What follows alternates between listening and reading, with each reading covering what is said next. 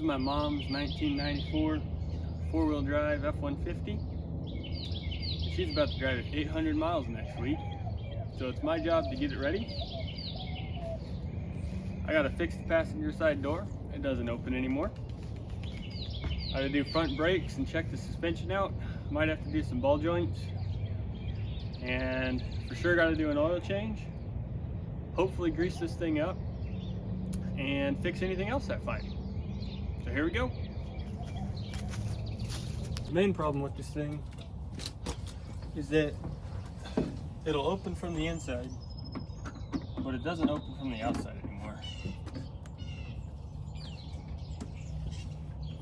Now apparently I fixed it when she first got the truck, but I guess that wasn't true.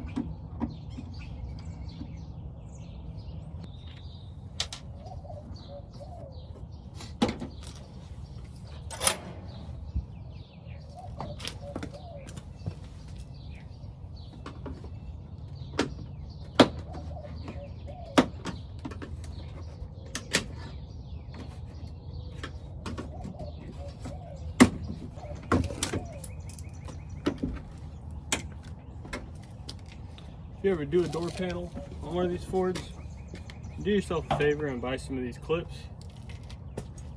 They're like dirt cheap on Amazon, and they make putting it on so much easier, and you don't have to drill any holes or anything and ruin your door panel. I've owned a lot of Fords with wood screws through the door panels because somebody didn't want to buy a couple plastic clips. Alright, so I got in here and the rod for the lock kept coming out. So I zip tied that back in place. It'll probably come out again, but hopefully not for a while. And then the reason the door wouldn't open is because of this rod right here that connects to the actual door handle. It wasn't pushing this down far enough to actually unlatch the latch. Whenever you press this button, it wouldn't do it.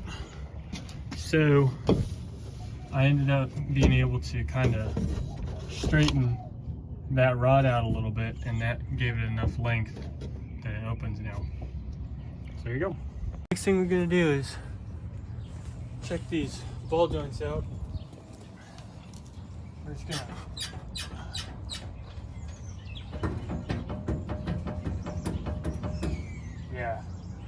so by the way it's doing that, you know they're bad. Alright, so I did the ball joints on the other side, so I think I know what I'm doing now.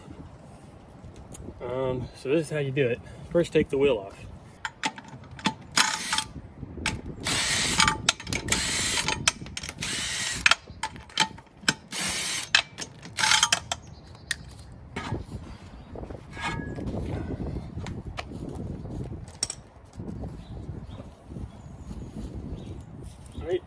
Next, you got to take the brake caliper off. Those will be 2 1/2-inch bolts.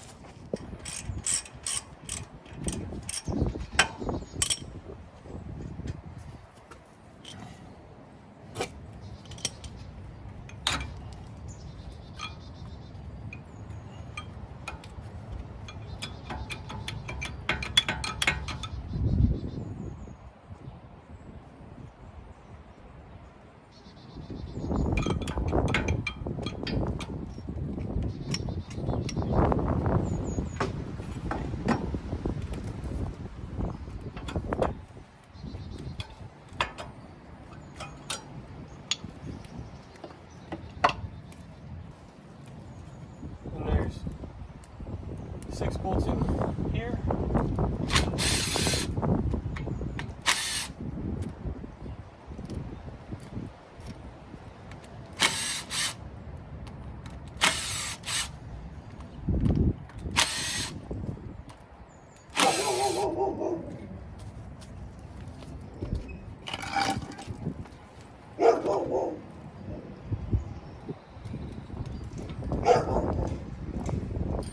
And that'll come off just like that. got a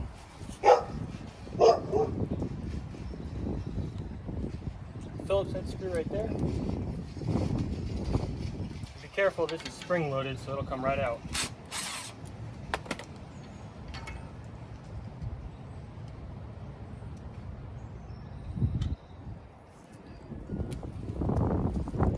You got that spring, and this gear, the teeth on the inside go toward the hub, and the smooth part goes out.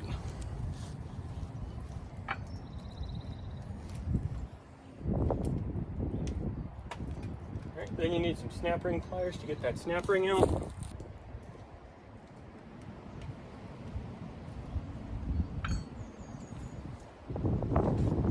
And then there's one more snap ring around this outer edge that you gotta pry out with a pick. Here's that snap ring. It's a pain to get out. But that goes in right there. And I took 2 of the screws from the hub.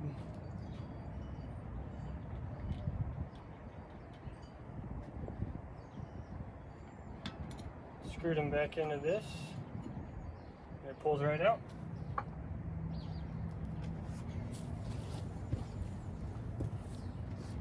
And then next you need some special tools. But there's a spindle nut in there, 4-prong.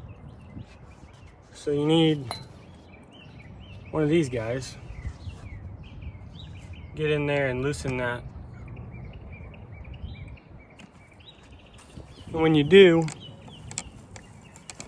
you have to kind of push in on the nut or on the socket because there's a self-locking mechanism in it.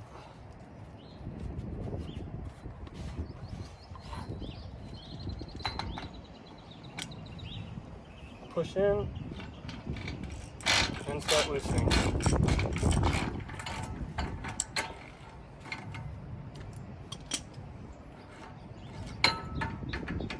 And on this specific axle, that's only torqued to about 20 foot-pounds, so it should come off pretty easily. There are some different designs, some different hub designs, and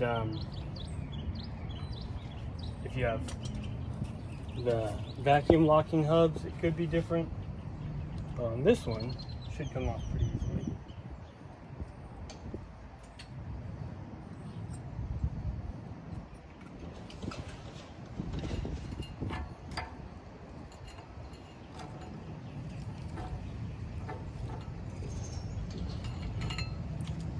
And then this comes out.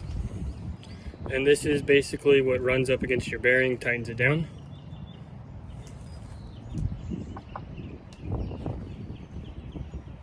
So then, you're pretty much set to pull the rotor off. There's a bearing in the front and a bearing in the back. The bearing in the back will probably stay there because there's a seal, but the bearing in the front might fall out, so just watch out.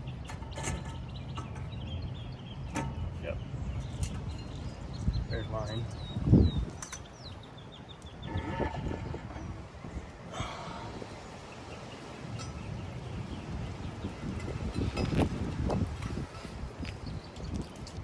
Alright, next you got to take these 5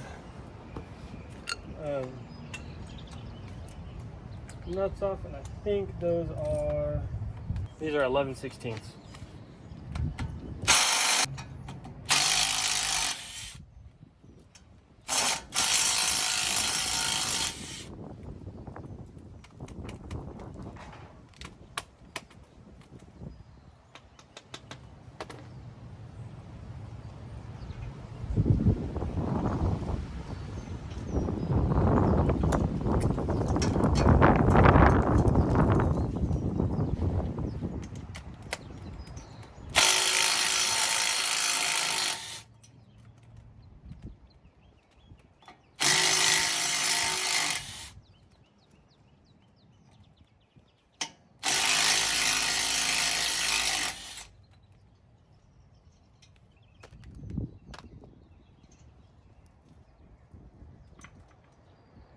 And then this will come off.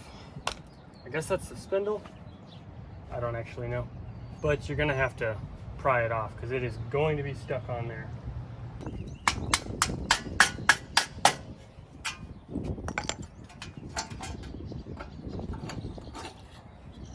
All right, so then that comes off, and ideally all of your seals don't fall apart, but mine did. And that also is a seal that will need to be replaced.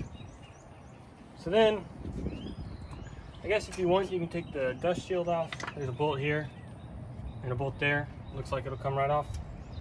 But then you got to pull the axle shaft out. I think might just come out here. Yep. On this side it just comes out.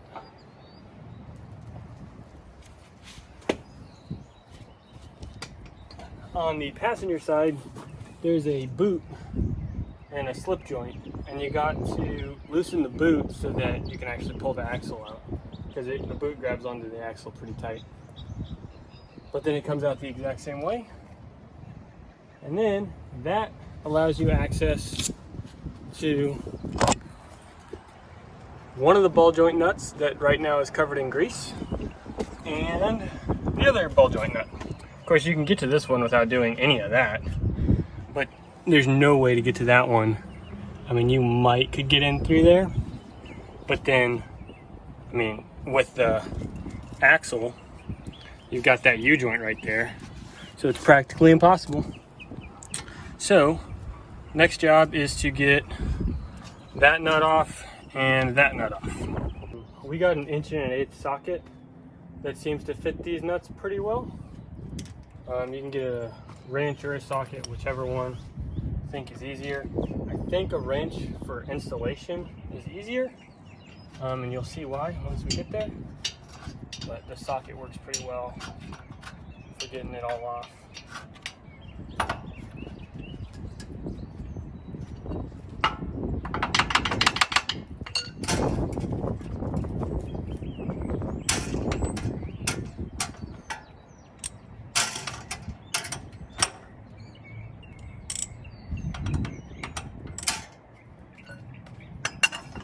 Now these are both torqued to over 100 foot-pounds, so they're going to be on there good.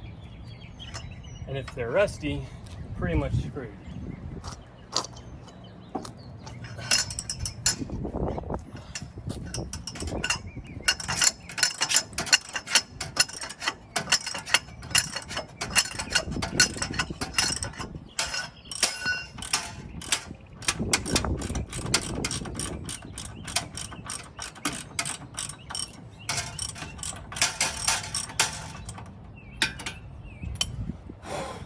Alright, I'm going to leave that nut on there so that when we hammer this down and pry at this with the pickle fork, the whole thing doesn't just fall right off. That would be a bad day.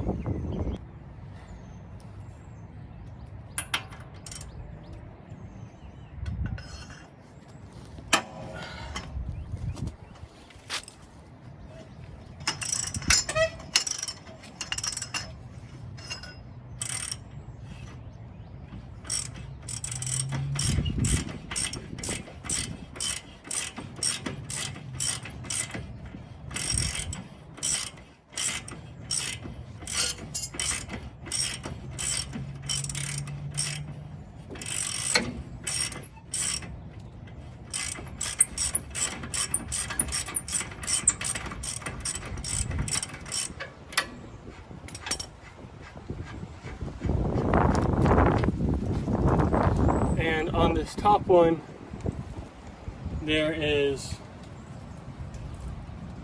whatever you want to call this, but it's basically a sleeve with a slant on the top of it that helps adjust the camber or caster. I don't remember which one, but that will come out and need to go in with the new one.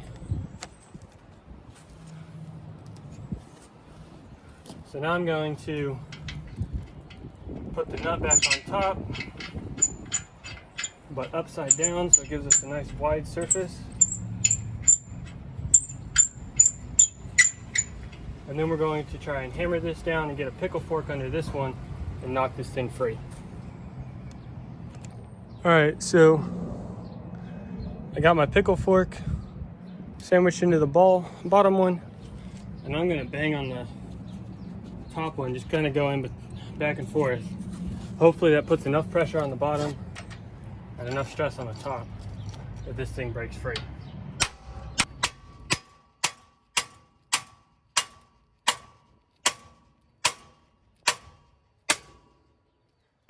And voila. I'm telling you, if you don't have a pickle fork, you gotta rent one or buy one. This job is almost impossible without one. I tried to do it on the other side.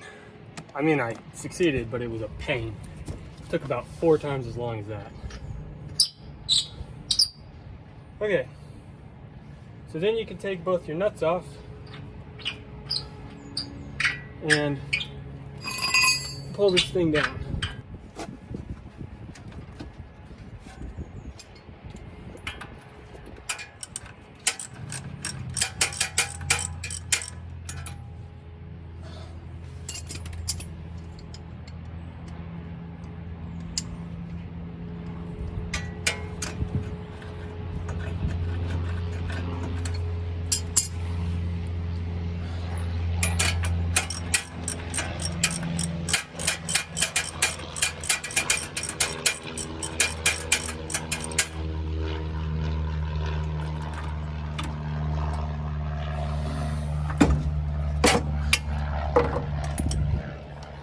Go. Next step is actually press these ball joints out. All right, so now I got my ball joint press, rented this. You can rent these from like anywhere. Taking that sleeve, this one needs to fit completely over the entire ball joint, and then this is our adapter for the top. So then you take your C clamp looking thing,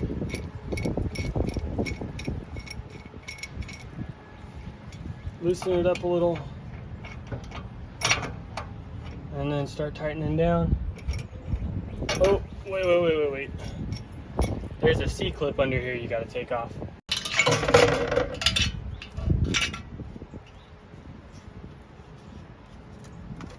All right, C clip out.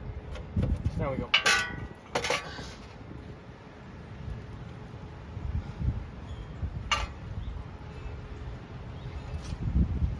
So you got to take the C-clip out from the bottom, the lower ball joint.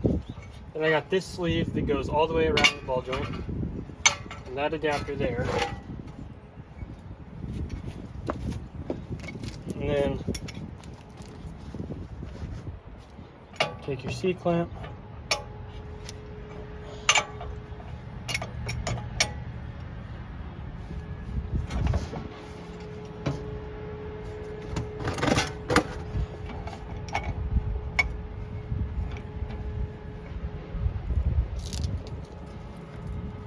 So I got 2 old ball joints out.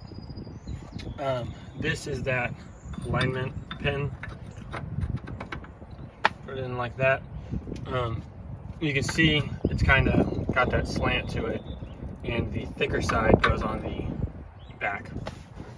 So it's kind of hard for me to video and show y'all well pressing in the new ball joints. So I'm gonna get that done, and then we'll keep going. Okay, got the ball joints pressed in, got my C-clip on the bottom there, so those are good to go.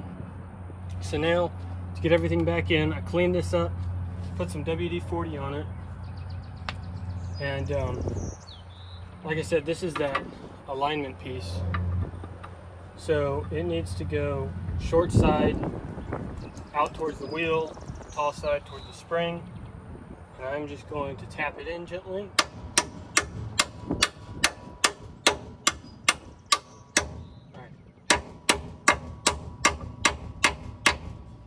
That all the way seated. So now we're gonna get our ball joints up and thread it in through there. And first you torque down the lower ball joint to about 40-45 foot-pounds, Then you torque the top one to 100 foot-pounds, and then you torque the bottom one to like 100, 110 foot-pounds. So here we go.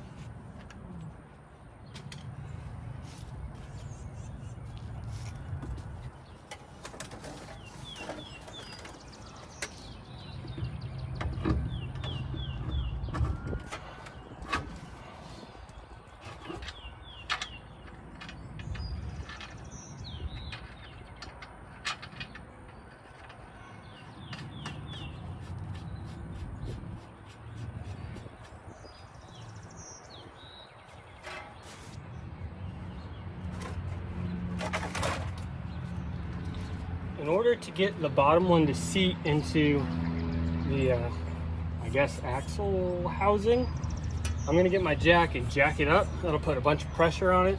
Hopefully it'll seat and won't spin while I tighten that nut down.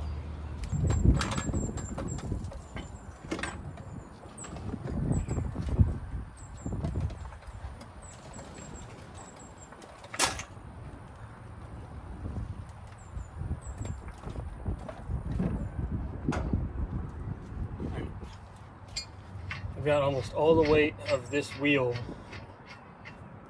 on that ball joint.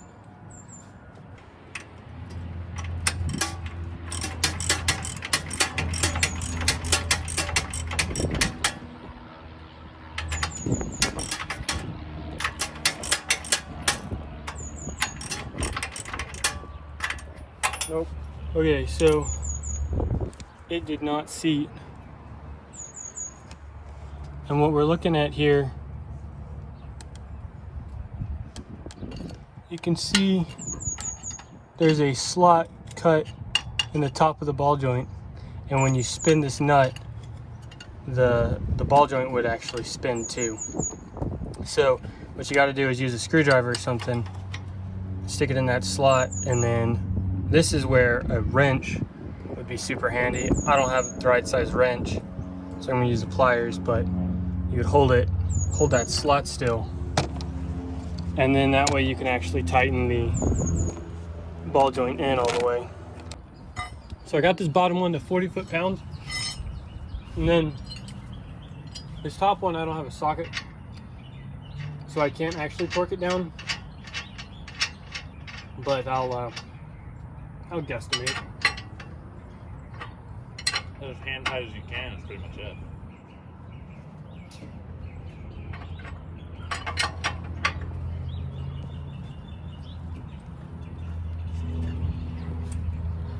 Alright. Just make sure you can put the new cotter pin in.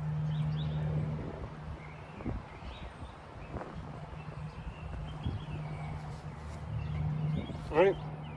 And then we come back down to the bottom and we torque that one to 100 foot-pounds.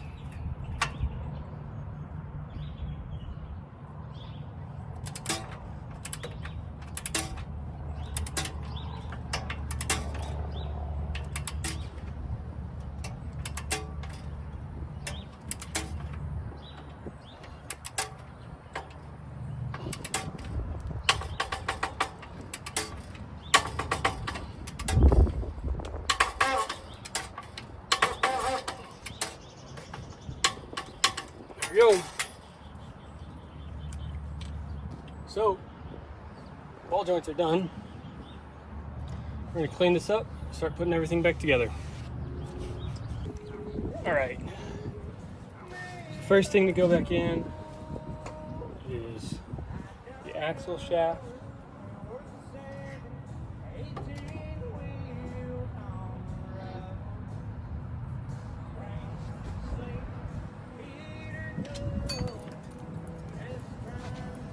And I'm gonna use, there's a hole in the frame up here, I'm gonna use the screwdriver and kind of help guide it in through that hole.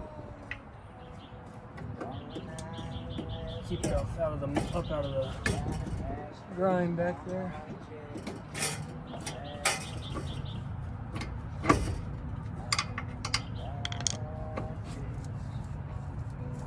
Go. Alright, next I got a new seal right here. We'll slip on.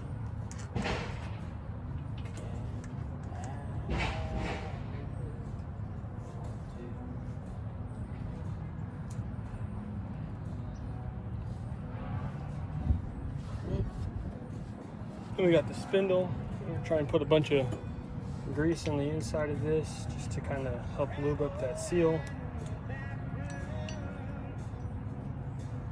And put a little bit, there's a bearing in here, so I'm gonna try and coat that.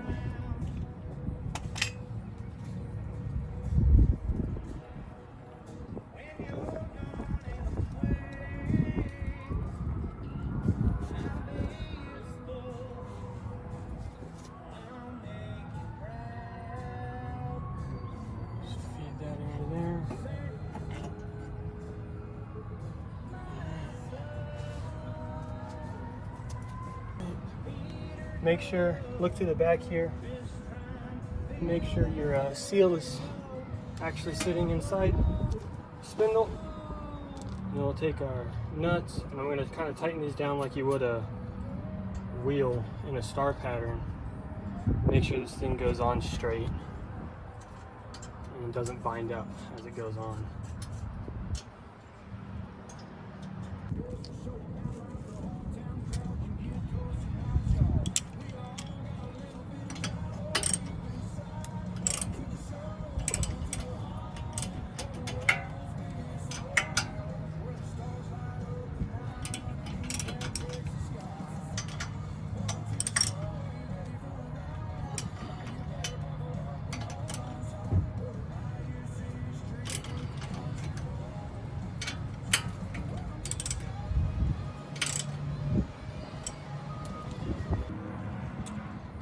Next to go on is going to be our rotor.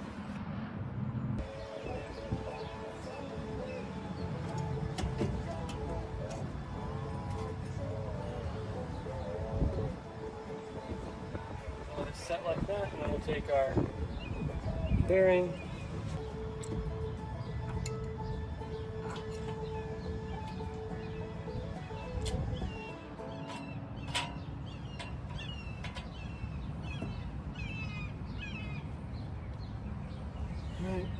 Next is going to be the nut that holds it in.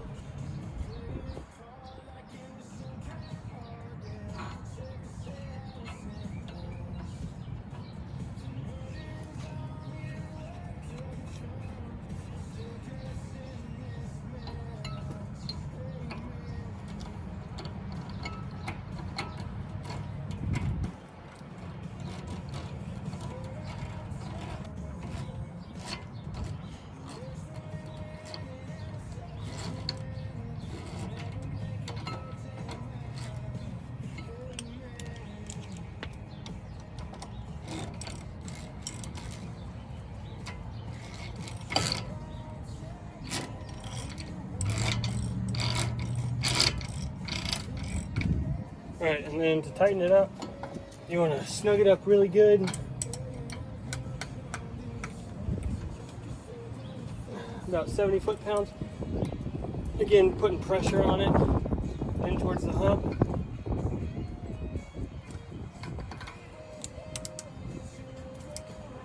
And then you'll loosen it back up.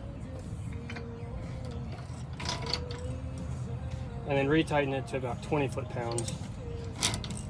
That way you know you've got your bearing seated, but it's not too tight. You just spin. Sounds and feels good.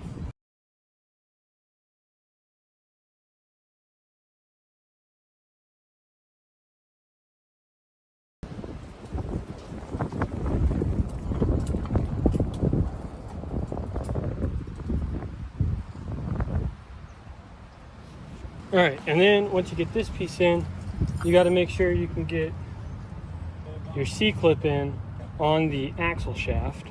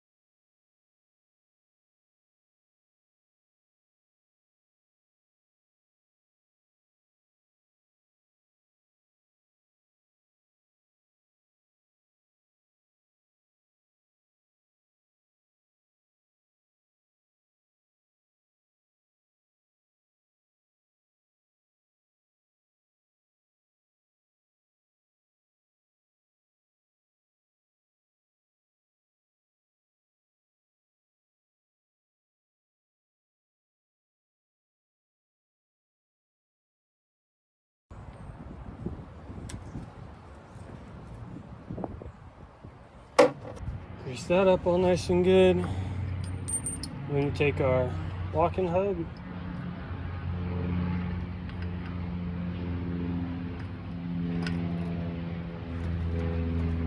Make sure that's all the way seated. Put those 6 screws in.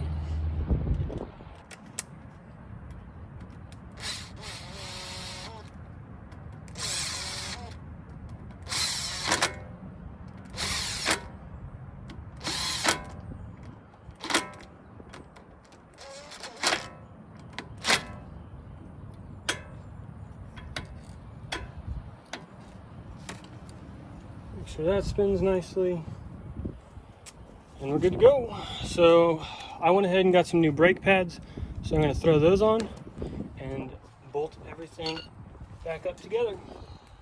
Cowboy like you, never seen there up for anything you wanna.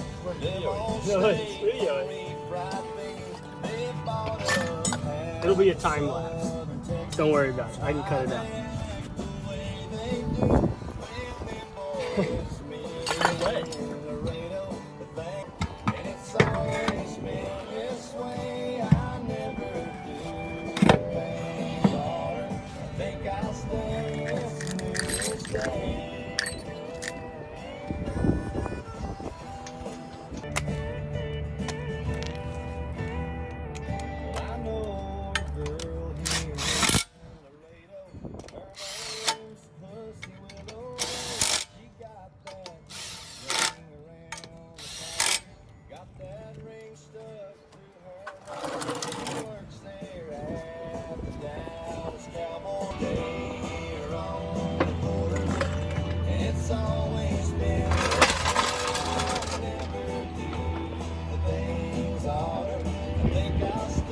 Ball joints are done, so now we just need to change the oil, then we'll give it a test drive and make sure it's all right.